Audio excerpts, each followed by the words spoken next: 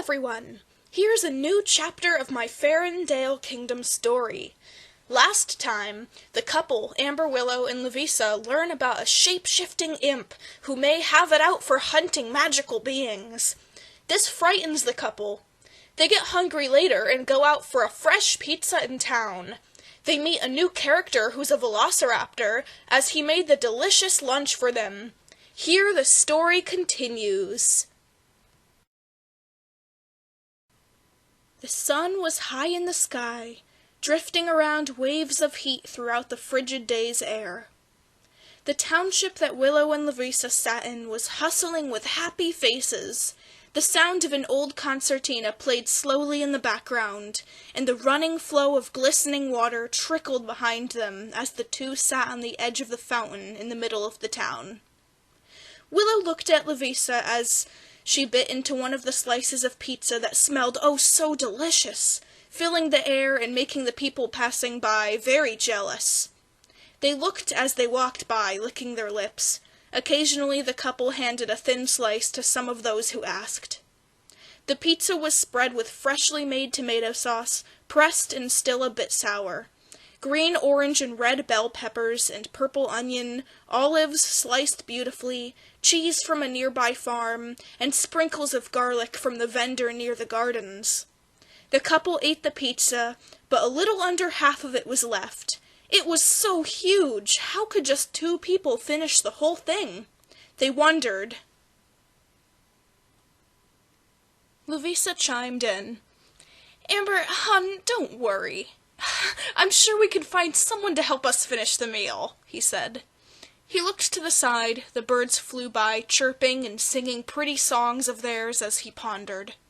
"I got it," he said. "We can bring this over to Hemlock." Willow smiled and agreed. "Of course," she said. "Hemlock is always hungry. He should be back at the cabin retreat near our tower." She reached into her purse and felt around for something. She suddenly grabbed a small blue shimmering and luminescent scale. It had shimmers like moonstone, and she held it in her hand. Lavisa looked shocked. "Whoa! What's that?" he asked. Willow chuckled. "You wouldn't want to know where this came from," she said with a laugh. Lavisa was scared of the sea and water from past experiences, needing Willow's hands to hold whenever they walked past a river or lake. He used to be an incredible fisherman, though. Lavisa nudged her with his shoulder. "Come on, princess, just tell me. I can handle it." She laughed. "Well, hon, if you say so. This came from a sea monster." Blue shuddered and got goosebumps. "A sea monster? You mean a long and slanky sea-dwelling beast?" He imagined the scene. Amber Willow, tiny in a boat, compared to a crazed, magnificent monster above her. Willow, as if reading his thoughts, agreed.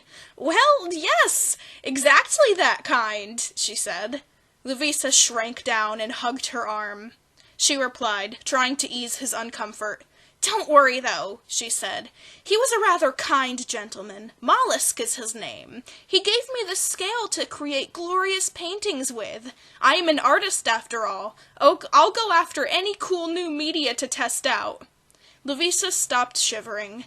You mean he isn't going to wash up one day on shore and start eating villages?" he asked. Amber Willow sighed. "No, sweetie, no, he's not." She chuckled lovingly at him and took his hand and helped him to his feet. "Let's go. We're far from his estuary anyway." Lou imagined and thought up the giant wet beast's size, thinking of ways he could ever appear on land. It was silly, but it was him.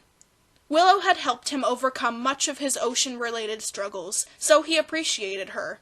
They walked out of town.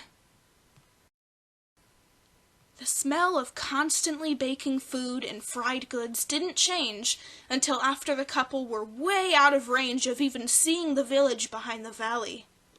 Lavisa popped his feathered wings out and ran in front of Willow.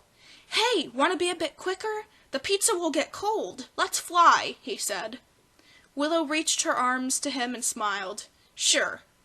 Her partner held her in his arms, The old bandage on his hand was now non-existent as he became stronger, healing, and he was learning to be gentle with lifting things.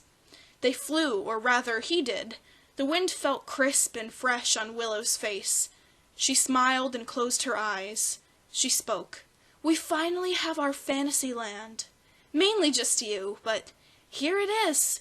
The world every fae resides in. No wonder this place is so magical." She smelled the fresh scent of apples and lemons as they neared the orchard. Lovisa softly landed on the ground with Amber Willow as they reached home. As the two of them got adjusted to using their own feet again, the tight and shocking embrace of a furry arm grabbed her. She was hoisted around back and forth as someone hugged her, way too excited to see them. "Ah! What the? Who's there?" she called out as the being dropped her. She tumbled and landed backwards on the grass. Thank goodness it was heavenly soft. She looked up at the hyper and excited face of none other than Phibius the hyena, as his face was directly in hers. He helped her up and spoke. "Sorry, Princess. I didn't mean to make you trip. I'm just so glad to see you, and you too." He looked at Lou and ran over and did exactly the same thing, grabbing him and shaking him around like he was a crazed old troll. The brown speckled creature took one glance at the pizza that they were carrying, and his jaw dropped. "No way, guys! You brought this just in time! I am so hungry!" He patted his thin belly. Willow and Lovisa looked at each other. They couldn't turn down Phibius. He was the most precious and misunderstood character in pretty much the whole entire nearby world they knew of. Willow handed him the pizza.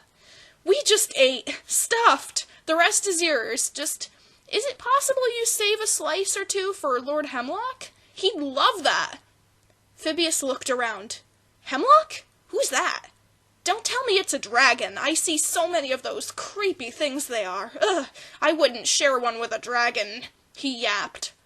The couple looked at each other, surprised by Phibius's attitude towards such incredible creatures. To be continued.